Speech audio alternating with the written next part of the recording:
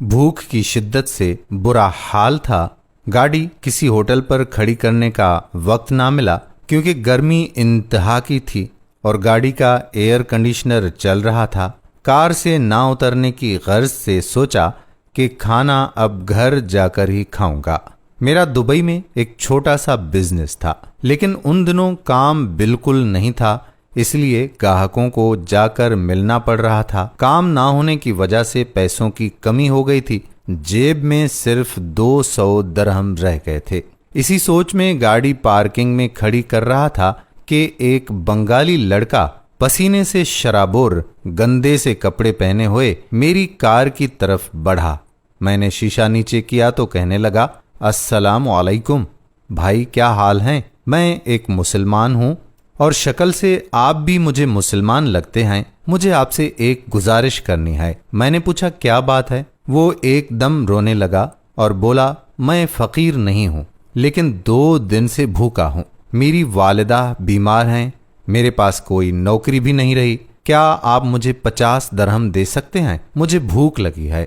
मैं अपनी माँ को कुछ पैसे जमा करके बांग्लादेश भेजना चाहता हूँ ताकि मेरी माँ दवा ले सके। गो आम हालात में 50 दरहम मेरे लिए ज्यादा ना थे, लेकिन मैंने सोचा कहीं ये झूठ तो नहीं बोल रहा। लेकिन उसकी आंखों में आंसू और उसकी बातों से सच जाहिर हो रहा था। मेरे पास एक ही 200 दरहम का नोट था जो मैंने उसको दिया कि जाओ सामने दुकान से खुले पैसे ले आओ। वो 200 दरहम लेकर चला गया।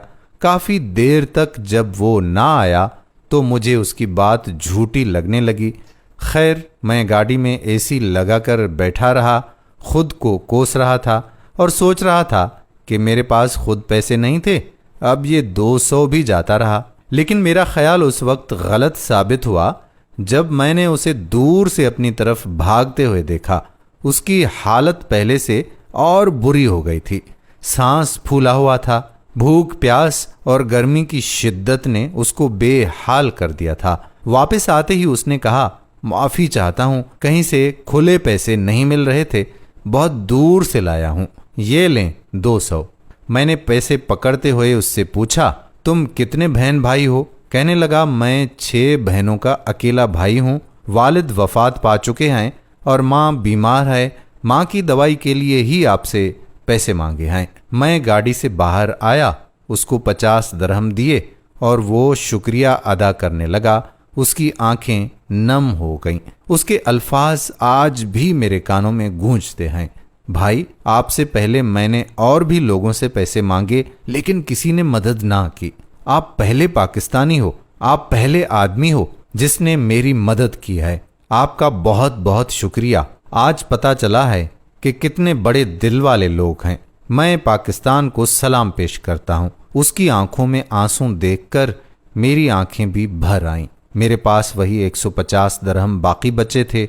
मैंने खुदा पर तवक्कल करते हुए कि अल्लाह ताला मेरे लिए और इंतज़ाम कर देगा, बाकी 150 दरहम भी उसके हाथ में थमा दिए। तब वो मेरी तरफ हैरत ज़दा खुली आंखों से देखने लगा और रोता जाता था और दुआएं देता जाता कि खुदा ताला आपको और देगा, खुदा आपको और दे। तब मुझे वो हकीकी खुशी मिली जो मैं बयान नहीं कर सकता, बयान करने से बाहर है। उस दिन मालूम हुआ कि किसी की मदद करने से क्या सुकून नसीब होता है। बज़ाहिर मेरी जेब तो खाली थी, लेकिन दिल खुशी और शुक्र के जज्बात से लबरेज था। इसके बाद मैं अपने कमरे में खाने के लिए अभी बैठा ही था कि एक नवाला भी अभी नहीं खाया कि एक कंपनी से फ़ोन आया और मुझे 40,000 दरहम का एक ही साथ काम मिल गया।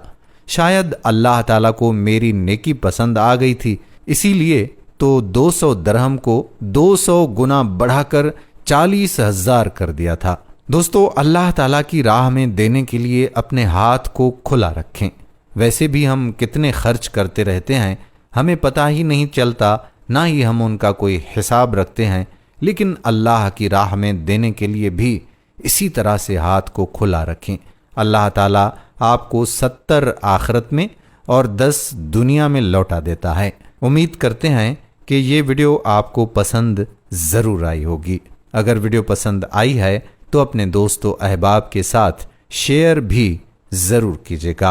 आने वाली वीडियो तक आपका अपना मेजबान कादिर बख्श कल्होड़ो आपसे इजाजत चाहता है। अल्लाह निगहबान।